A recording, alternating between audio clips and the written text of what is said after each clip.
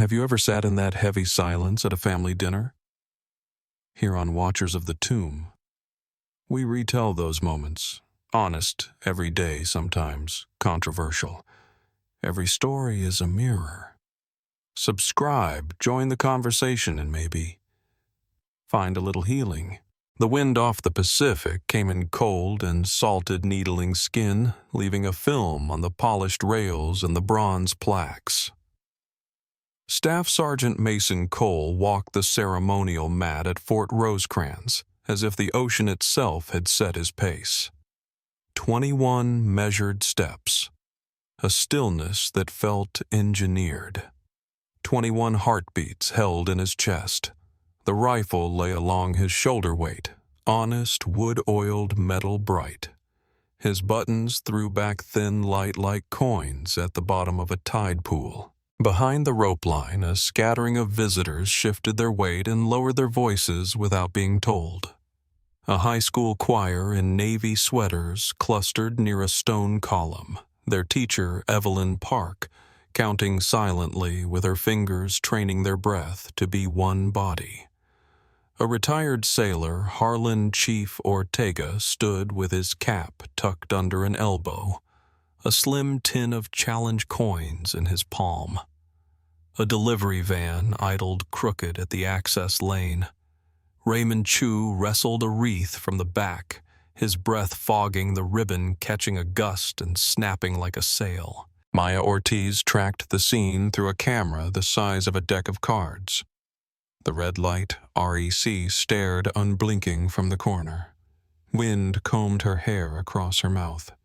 She tucked it behind one ear and whispered time to herself the way she'd learned from old skating lines on the pier, count the push, count the glide.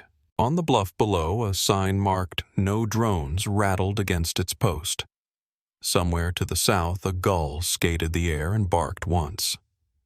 Ranger Joe Alvarez followed the sound of a small prop and scanned the sky with a frown hand shading her eyes. She keyed her radio and got a hiss for her trouble. Mason turned on a heel and settled into the pause. The ocean exhaled. Far out, the gray line of a carrier blurred into haze. Closer, the names chiseled into stone seemed to ride the swell of the hill. Salt lifted from the grass when the gusts hit and tasted like memory. He blinked slow. The old ache in his left shoulder woke and went back to sleep. A voice too loud floated over the gravel. "Make a lane. Technical route's blocked." Officer Brent Doyle came up the path with his jacket unzipped and a coffee stain bleeding along the zipper. Harbor Police patch on the shoulder a radio clipped to his chest, spitting bad reception. He had the look of a man who'd been told no 3 times before breakfast. He didn't slow at the rope. He didn't even notice the way people leaned back to avoid him. Sir Alvarez called, already moving. "Stay behind the chain." Doyle lifted 2 fingers without turning his head, a thank you or a dismissal hard to tell. He stepped under the rope like it was a loose clothesline and cut the corner of the mat boot, scuffing the edge of wet stone. The choir's whispering stopped. Evelyn Park raised her hand and the kids stopped breathing altogether. Mason did not look at him. He finished the count. He made the turn. "Hey, Marine," Doyle said, close enough that Mason could smell coffee gone sour. "Slide 2 feet left. I've got a van that needs to squeeze past, and we're not doing this pageant all day." Raymond froze with the wreath half out of the van. A ribbon flicked his wrist. He put the wreath back without speaking and climbed into the driver's seat as if shrinking the van could fix the lane. Chief Ortega's jaw clicked. He shifted his weight, ready to say something and choosing not to. He tapped the tin with his thumb. Coins chimed thin metal music that died fast in the wind. Maya's viewfinder bounced, then steadied. The little red dot burned brighter because the light around it went dull. She slid a step to the right, framing Doyle's back. Mason's profile, the smear of waves beyond. Officer Alvarez said, "You're in a restricted zone." "What I'm in is a workaround," Doyle said without looking at her. He planted himself at the corner of the mat toes over the line. "Come on, soldier. We're all professionals here. Mason's breath came in like a quiet metronome. The rifle strap pressed into his coat. He did not speak. He did not nod. He let the wind count for him, 20, 21. On the hill, the drone's motor whined a little higher. Alvarez's radio found its range. Dispatch Alvarez. Unauthorized UAV over Sector C. Also have a harbor unit inside ceremonial perimeter. Request static bit the rest of it in half. Evelyn Park's students, one by one, tucked their hands under their arms. Their sneakers squeaked when they shifted. She lifted her eyebrows, no phones. Their eyes, of course, were already on Maya's lens. Doyle leaned in, the kind of lean that asks for a flinch. Not marble, he said softly, almost friendly, and then less so. Move. The ocean answered first. A long, low swell smacked itself flat against the cliff in a thin, white sheet. Salt lifted and peppered the air. Mason kept his eyes at horizon level and felt the spray cool his cheek. He set his foot. The heel found the exact shine of the last tread. Raymond tried to bump the van back. The rear tire spun and threw salty grit against the curb. He winced, eased off, rested his forehead on the steering wheel for a breath, then sat up straighter and killed the engine. Chief Ortega shifted forward until the rope brushed his belt. His voice came out of the side of his mouth, directed at the wind. "That carpet ain't your shortcut, son." Doyle turned his head enough to see Ortega without losing sight of Mason. "Appreciate the advice, Grandpa," he said. "We'll all be home sooner if this guy cooperates." The word cooperates hung there light as paper. It didn't have a place to land. Maya's camera caught a reflection she didn't plan for the red wreck light, tiny and perfect, floating in the polish of Mason's top button. She swallowed and felt the wind push hard into her scarf and out the other side. Mason turned again, the same heel, the same geometry drawn on the same rectangle of stone. It wasn't stubbornness. It was the job arranged to be done a certain way. Doyle took a single step closer and set the toe of his boot on the exact edge of the mat. The brass button held the red light steady as a star. Doyle's boot shaved a wet crescent off the mat's edge. The sound rubber on stone was small and mean. Ranger Alvarez closed distance, palm open, voice level. "Step back from the carpet, sir." No echo, only wind. Mason finished the number in his lungs and pivoted boot landing where the polish remembered him. The rifle settled against his shoulder with a soft leather pull. A gull skimmed low and barked once. Salt rode the air like a powder fine enough to taste. The choir in navy sweaters drew closer to themselves without moving. Evelyn Park's hand hovered waist-high, fingers splayed, signaling quiet, the way you quiet a dog you trust. One boy's breath made a cloud that kept breaking. 2 feet. Doyle smiled a tired smile. "That's all I'm asking. You give me 2 feet, I give you the rest of your day." Raymond Chew, halfway into the van, froze like he'd been told to freeze. The wreath swung on its wire stand ribbon, twitching. He tried to nudge the bumper back. The right rear tire spun and spit a gritty fan against the curb. He flinched, let it roll down to stillness, then killed the engine. The fan of grit settled into the wet. Maya's screen jittered, then steadied. The red dot of the Resi light burned steady in the glass, a pinprick sun. Her hair found her mouth again. She bit it clear and kept the horizon in frame. Doyle's back, Mason's profile clean lines unbroken. Officer Alvarez said, "You are inside the ceremonial perimeter. You got perimeter on your clipboard." Doyle said, eyes on Mason. "I've got a van wedged in a maintenance throat and tourists stacking up at the north gate. Whole city is a detour. We're cooperating Marine. Do your part." The word Marine left his mouth like a test. The coffee on his breath had turned bitter with air. Mason did not look at him. He watched the line where sea met sky. The ache in his shoulder pricked and leveled out. He felt the strap's pressure. He felt the cold climb the barrel from the muzzle inward. His breath found the count again and held a quiet metronome tucked under the wind's bigger one. Metal rattled on metal down by the bluff. The no drones sign shook its chain. Alvarez tilted her chin up. A tiny shimmer like a dragonfly wobbled above the stones, then righted itself. She thumbed her radio. "Dispatch Alvarez again, Sector C UAV confirmed. Also, I need Harbor to recall one of their own." His static tore the sentence in two, Matt. Evelyn Park's kids had their phones in their sleeves and their sleeves on their hands' palms invisible. She shook her head once slow. Their eyes slid sideways to Maya anyway. Chief Ortega touched the tin in his palm. The lid dragged and came clean with a little pop.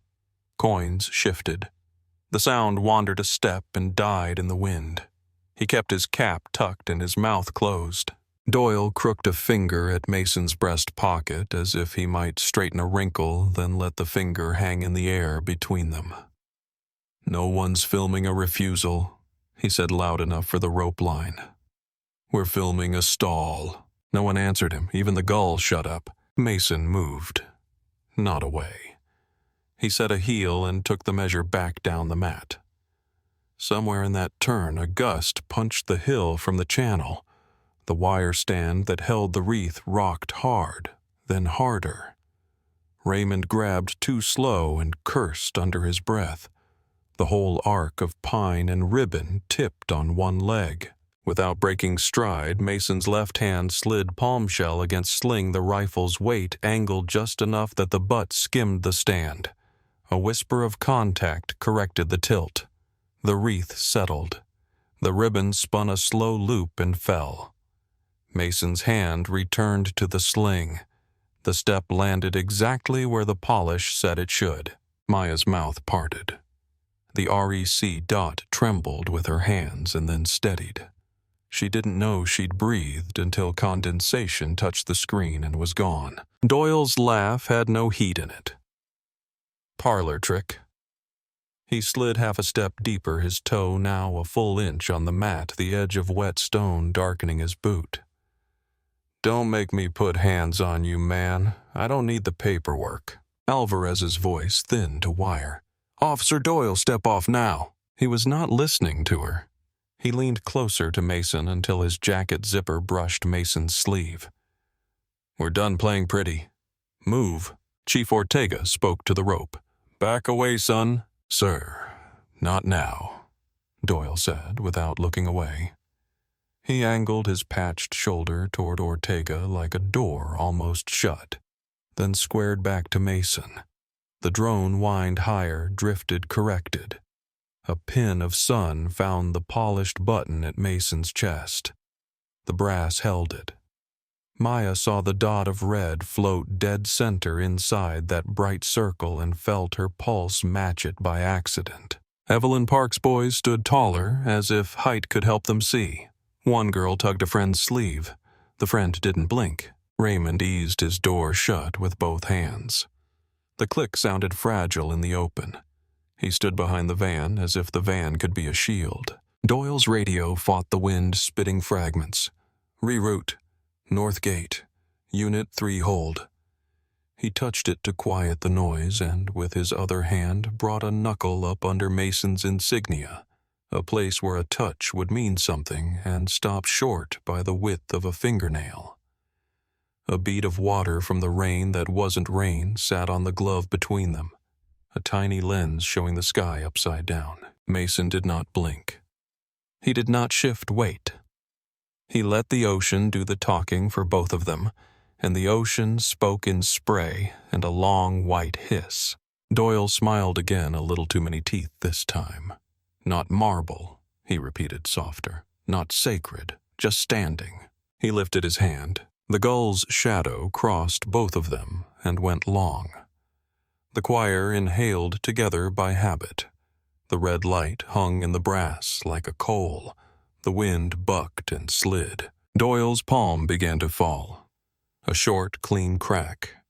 Not loud, just sharp, like a snapped twig held close to the ear. Mason's head takes the energy and gives none back. Salt spray beads his cheek in the shape the hand left, then runs. The choir inhales as one. No one sings. A boy makes a sound he didn't mean to make. Evelyn Park's hand rises not to scold, just to hold. Something small knocks once on stone. From Mason's breast pocket, a coin slips free and spins on the lip of a marker. Thin brass music then tips and rings once. Maya's camera catches the wobble and the stop. The red rec dot burns steady in the button on Mason's chest, a pin-sized ember in a circle of shine. Doyle's breath hitches. He hadn't planned the noise more than he'd planned the feeling that followed it. He shakes his fingers like they went numb. Now he says, but the word has less weight than it did a moment ago. Ranger Alvarez is already moving. Hands off the Marine. She keeps it even a line tight enough to walk. Her boots grind grit. Her radio spits a ragged thread copy unit en route harbor base. The drone above them stutters in the gust and writes a crooked line in the gray. Its prop makes an insect whine no one can ignore anymore. Alvarez points. "Bring that thing down now." She throws over her shoulder without looking at the operator. Her eyes stay on Doyle. Mason stands inside the ringing coin and the blown salt in the wind that doesn't pick sides. He breathes to the number, and the number holds. 20. 21. The rifle hasn't moved. The strap warms under his glove where his pulse touches it. Sir Chief Ortega says to the space between his shoes, because swearing at open ground is sometimes the safest way to speak. He slips the challenge coin tin into his back pocket and puts both hands on the rope. Old knuckles crease white. He looks like he might step across. He doesn't.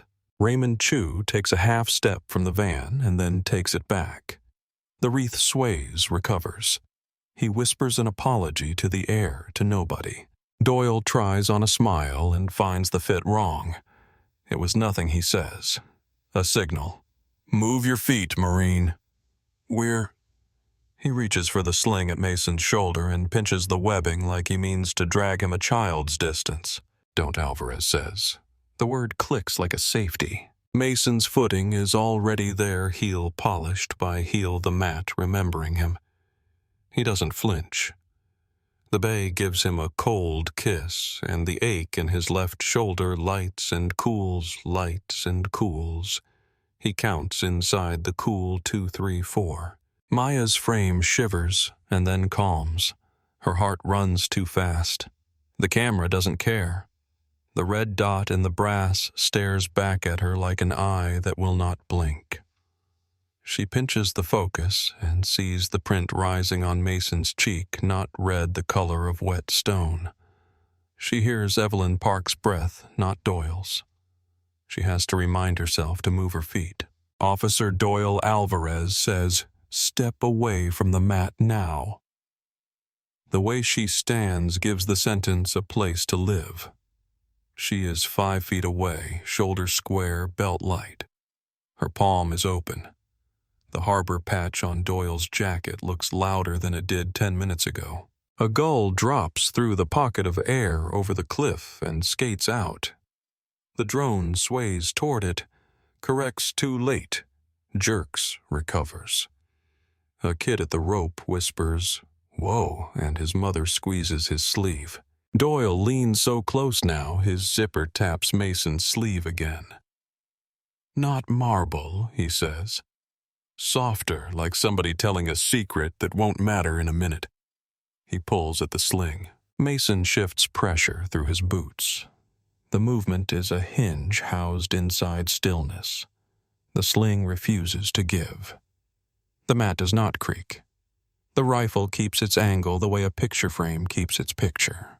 A siren finally punches through wind, not the long ripsaw of an ambulance, but a smaller, bright yip that reaches the hill and shreds itself thin. Alvarez doesn't look toward it.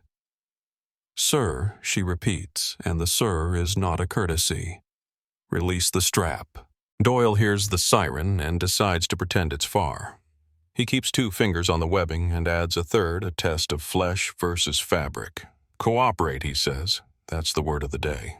The wire wreath stand rocks again. Not hard. Enough. Raymond catches the leg this time and steadies it a palm against steel fingerprints in salt. He swallows and steps back. Evelyn Park speaks for the first time. Kids. She doesn't finish the sentence.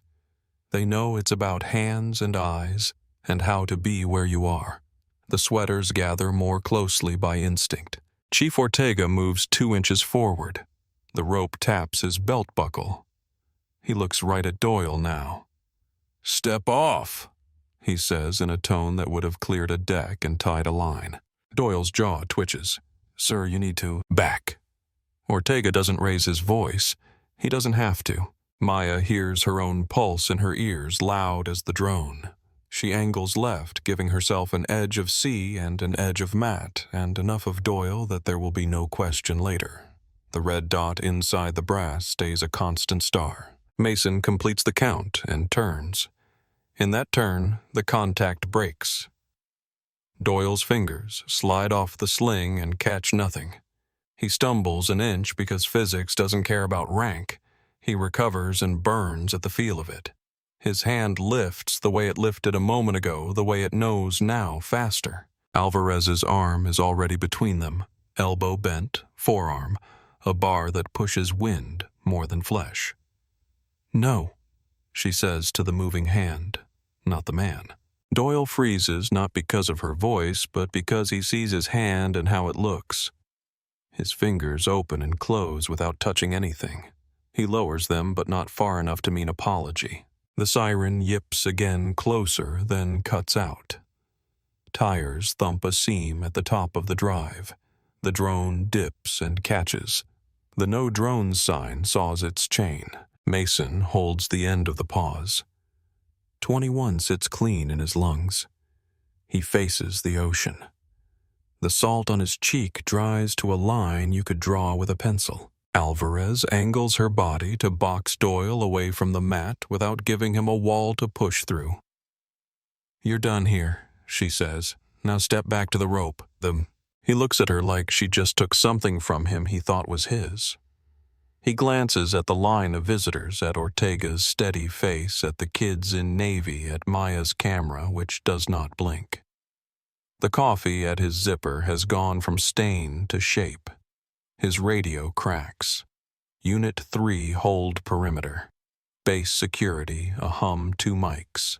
He juts his chin toward the access lane. Van's still blocking. Raymond lifts a hand without speaking. He's already in the driver's seat again, turning the key. The engine coughs and catches. Mason's heel finds the shine he's made of the stone. Breath in, breath out. The ocean times it for him. Behind his left breast, where the pocket hangs light, now he can feel the absence of the coin. The noise it made when it fell is still inside the noise the wind makes. Doyle steps back 1/2 step.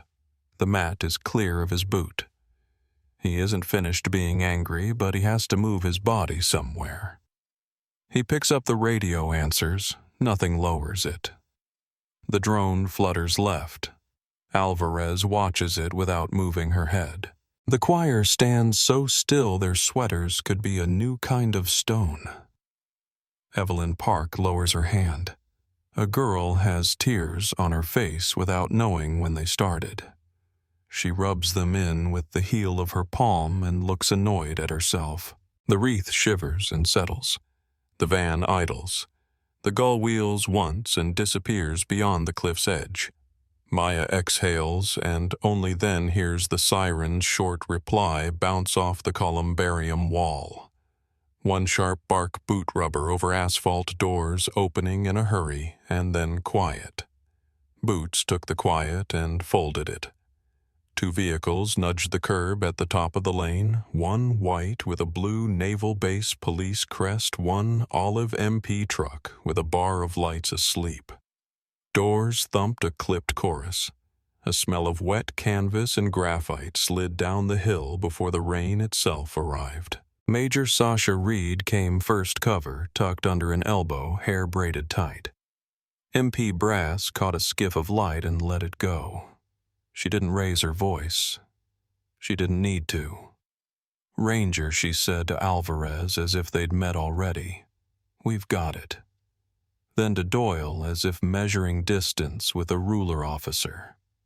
"Step away from the mat and show me your hands." Rain went from mist to a sheet of cold pins. Beads stood on Mason's cheek and stitched the print there into something the wind could read. The brass button on his chest gathered a round drop that turned the red rec light into a small floating heart. Doyle squared to Reed, jaw working. "Harbor Police. We've got a lane blocked and this is federal ground." Reed stopped one pace out the space of a handshake left honorably empty. "Hands, please." Two naval base officers bled outward to the edges, not touching anyone, making the crowd into a shape that would not fall forward. One of them nodded at Evelyn Park and the choir like he knew how much noise a group of teenagers could make in a hurry and how to keep it small. The drone wobbled in the weather and dipped toward the stones. Alvarez didn't look up. "Pilot," she said, and a college kid near the bluff flinched as if named Remote Slick in his fingers. "Land it now. Battery out. You'll hand the card to base." He wrestled the thing down clumsily. The prop wash pressed Rain flat for a breath and let it pop back up. "Officer." Reed again steady. "Step off the carpet." Doyle took half a step, then didn't make up his mind. His jacket zipper clicked against Mason's sleeve, because it always did. "We're cooperating," he tried. "It's 2 feet." Mason breathed one number into another. He had the rhythm by memory and by shoe. The rifle stayed laid along his shoulder like it had found a home there. Water darkened the leather of the sling and dried on the edge and darkened again. The ache in his left shoulder drew a line through him and waited. Chief Ortega's hands left the rope, then came back to it. The tin in his pocket printed a circle in wet denim. "That'll do," he told the air. Reed shifted just enough to put her shoulder between Doyle and the arc of Mason's step. "Release his gear, now." The word "now" filed the distance down to almost nothing. 2 MPs ghosted into place behind Doyle the way trained people do 1,000 times, so it looks like once. No drama in it. Built for function. Doyle's laugh was smaller than the one before. "You're kidding." His fingers pinched the sling anyway, the old reflex reaching for its old answer. Reed's hand didn't touch him. It hovered an inch from his wrist palm open the road where a hand ought to choose to go. "Let go," she said. "Officer, don't make me repeat it." Rain hammered the stone and made the world hiss. The choir found themselves breathing together because they practiced breathing together. Evelyn Park's hand rose at her waist and dipped.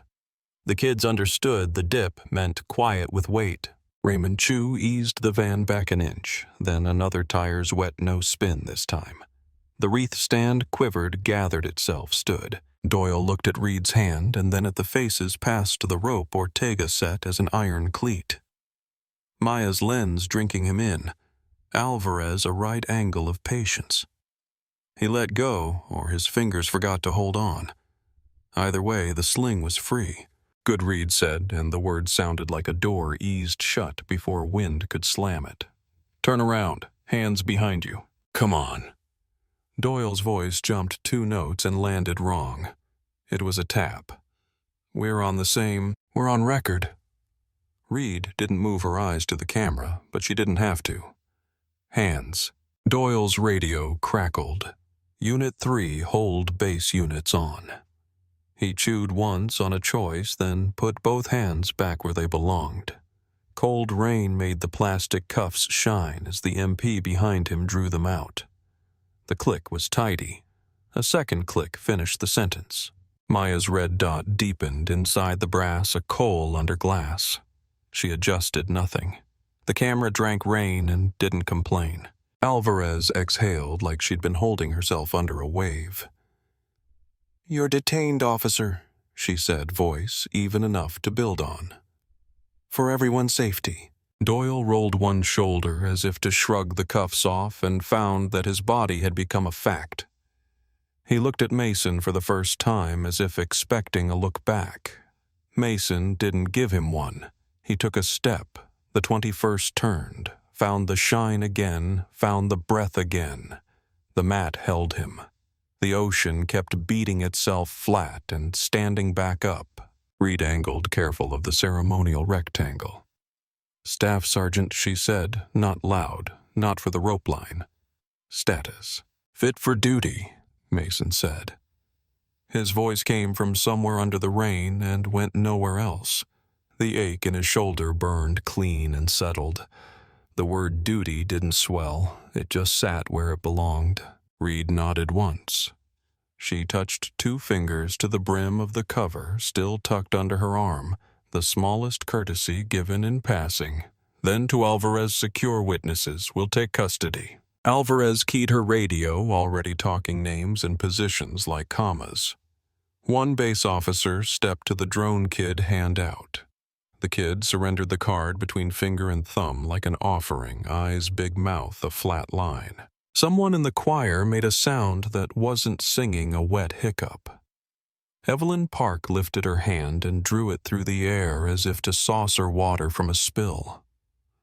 A hum rose, the thinnest thread of pitch, not a song, not words, just a tone that sat soft as felt. It ate the hiccup before it could grow teeth. Chief Ortega's chin tipped once approval or simple relief, hard to separate. He let go of the rope and wiped his palms on his jeans. Rain beaded on his cap brim and fell in a tidy row. Walk 1 MP told Doyle, and they did the whole shape of them pivoting away from the mat in a curve that respected the geometry under their feet. Doyle's boots slipped half an inch on the wet and corrected. He kept his mouth shut because there was no place for sound to sit anymore. Raymond backed the van clean of the lane and cut the engine. He stood with both hands on the wreath stand like a man holding a secret he had no plans to tell. He looked at Mason the way you look at a lighthouse when you finally find it beyond rain. Mason's count was simple math again. The rifle balanced. The left shoulder held. The right eye took horizon and returned it. 2021, heel to shine. The red light flickered in the brass and steadied. Reed gave Alvarez a final look that passed for thanks and for a report signed off. The base officers eased the rope line's tension without breaking it. Alvarez angled toward Maya. "We'll need your contact," she said. "No edge in it, only the business of doing things the way they are supposed to be done." Maya nodded and didn't drop the frame. Rain sat on her lashes like beads on wire. She blinked and the beads fell. The wind shifted. The no drones sign spun on its chain and came to rest with its face to the sea. The choir's hum thinned and folded back into breath. The wreath held. The rope line sagged and rose. On the mat, Mason finished the pause and took his step. The ocean breathed with him, and the hill listened. The brass button kept its tiny red star. The count didn't break. Rain softened to a ghost of itself, a fine grit in the air, and the hill let sound back in by degrees. The MP truck idled above the lane. The white Naval Base police car blinked once and went patient. Ranger Alvarez finished taking names with a pencil that kept losing its point to the damp.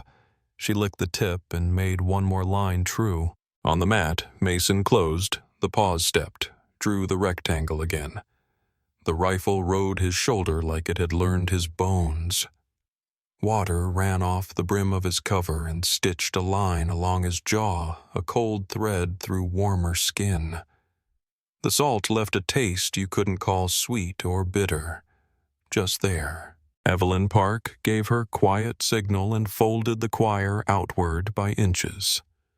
A single pitch, no words rose and held, felt, and thin as felt. It fitted itself under the wind without crowding it. A boy who had forgotten he was crying forgot again.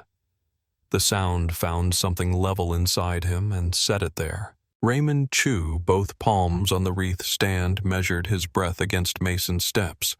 He steadied the leg that wobbled, let go, and watched it, not wobble. He had nothing to say that would make good use of breath. He kept his hands where they could do things. Major Reed spoke low to Alvarez, the quick talk of people who want to leave the ground as clean as they found it. The drone kid, pale, produced the card and then the extra card he pretended he didn't have. A base officer took both and wrote the number 2 twice in a notebook. The kid nodded at nothing, shook rain out of his hair, and kept his eyes on his shoes. Chief Ortega rolled the wet brim of his cap between finger and thumb until the fabric made a line that would stay. He touched the tin print in his back pocket like a superstition, and then let his hands be still. Maya gave Alvarez her name and number and spelled her email twice. She held the camera one-handed while she wrote the red dot, steady in brass behind the lens, a tiny ember living there without smoke. The pen ticked the paper. Her mouth tasted like wind and the inside of a battery. "Thank you," Alvarez said, which didn't quite cover it, but nothing did. She slipped the card into a sealable bag, squeezed it flat, wrote the time on the label. Mason finished 21 turned and caught the exact shine he'd made on the stone. The ache in his left shoulder marked its place and didn't argue. The slap had left a print that rain blurred into a pale geography. The geography dried toward a map of nothing particular. His breathing built a metronome you could step to if you knew how. At the top of the lane, a second MP with a clipboard spoke to Doyle. No heat, just steps to be taken. Cuffs flashed once and were ordinary again. A door opened, made a shape. A body occupied it. The shape closed. Reed nodded once to Alvarez, once to the hill, and moved up the slope with her people feet finding the right kind of quiet. The rope line loosened not enough to be casual. Evelyn Park lifted both hands and drew them down. The choir's pitch thinned and became breath, then silence, the kind that fits around other sounds without bruising them. Change of guard came on a clock that had nothing to do with anyone's idea of time. Another Marine cut a figure at the edge of the rectangle, boots dry where the rain hadn't reached cover, set perfect. He and Mason moved like a proof solved out loud. Steps counted turns, mirrored the rifle's angle, checked the exacting exchange that says one person's watch fits another's wrist. In the seam between their movements, Chief Ortega stepped in as far as the rope allowed and lifted his chin. Mason's glove opened because there was a space for a small thing to go.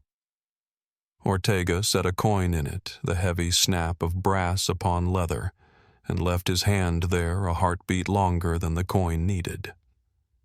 The mintage caught a blunt light and gave it back. A fouled anchor. The years of service tucked into tiny letters around the edge no one had to read. He didn't say the word he was thinking. He didn't say any word. Mason's glove closed. The coin made weight without making him heavier. The exchange finished inside the form without the form noticing. The new guard took his post. Mason stepped off the mat with the same geometry that had placed him there. The world righted to ordinary by not quite returning to it. Sir Alvarez's voice found Mason 2 steps from the edge. "Med Tent wants to look at you." "Roger," he said, because the word was a door you could walk through. He didn't touch his cheek. He didn't roll his shoulder to see if it would complain. He let his boots take him where the path was. Maya's frame drifted to follow him and then stopped because following past the rope wasn't the same as telling. The red light burned in the brass a final time as he passed, stayed there, then slid out of it. Her thumb found the side button by reflex. The square blinked, caught, died. In the button's mirror, the dot went to nothing and left only rain. She swallowed. Her breath fogged the glass and cleared it. She lowered the camera and found her hands empty of wakefulness for a second. It passed. Raymond clicked the stand's crooked foot into the tiny divot 100 stands had made before. The wreath steadied as if pleased to behave. He dusted salt off his palms. He looked at the path where Mason had gone, and then at the van as if there were something practical to do to the van that would finish this in a neat way. He found nothing. He did the next neat thing he knew. He stepped to a low marker near the mat, fished in his pocket, and laid out 3 coins. Penny nickel quarter heads in a row, faces looking up into weather. They made the small double click of metal on stone. He nudged the nickels straight with his thumb and left them to their business.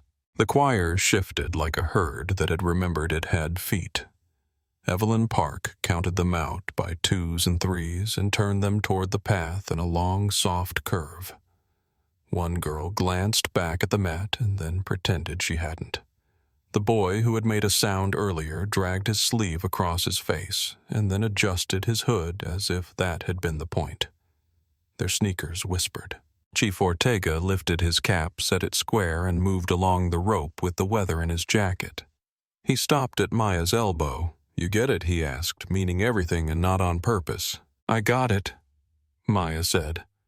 Her voice came out lower than she meant it to. She didn't take her eyes off the mat. "If you want to." She handed him a slip of paper with her email, the ink a little wet. "Don't use computers," he said, which was probably a lie. He folded the slip anyway and tucked it into the band inside his cap. Alvarez walked the length of the rope once more, scanning faces for the look of somebody who had something to say and hadn't found how to say it. A Florida couple in matching windbreakers raised their hands a little. She wrote their names. A biker in a rain-dark vest pointed to the camera and then to his eyes a promise of watching, not a threat. Alvarez nodded and moved on. Mason crossed the gravel with the weight of brass in his palm and salt drying on his cheek. The med tent was a rectangle under an awning canvas tied over poles, a heater, and a jar of tongue depressors, a corpsman with a pen behind one ear. The corpsman looked at the mark, laid a cold pack in gauze, fastened it with tape. The tape made a sound like pages turning. "You're fine," the corpsman said. "Ice if it nags."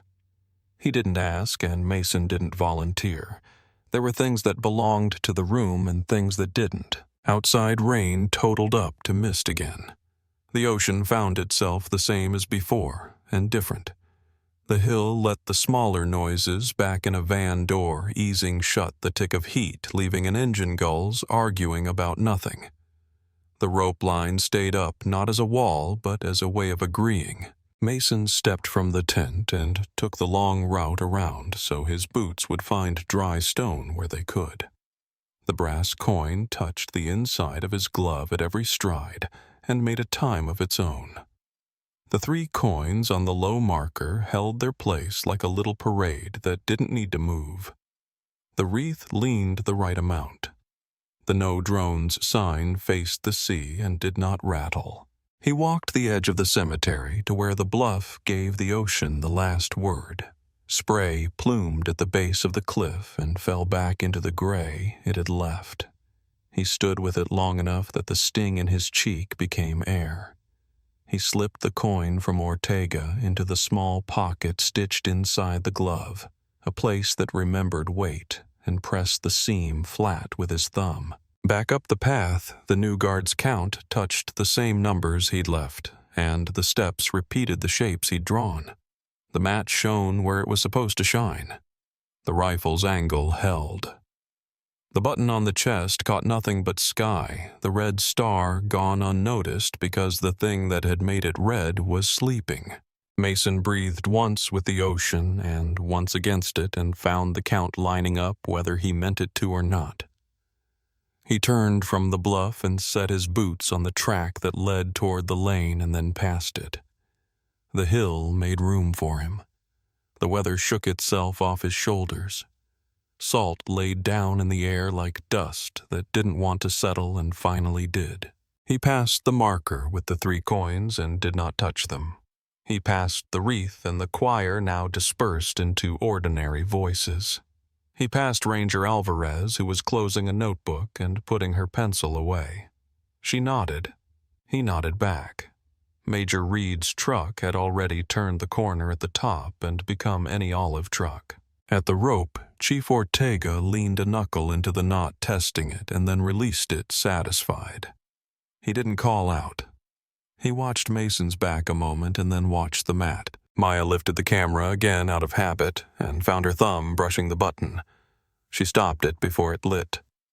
In the silver circle of the button on the new guard's chest, she saw only her own outline and the gray behind it, and a round drop of rain that turned both upside down.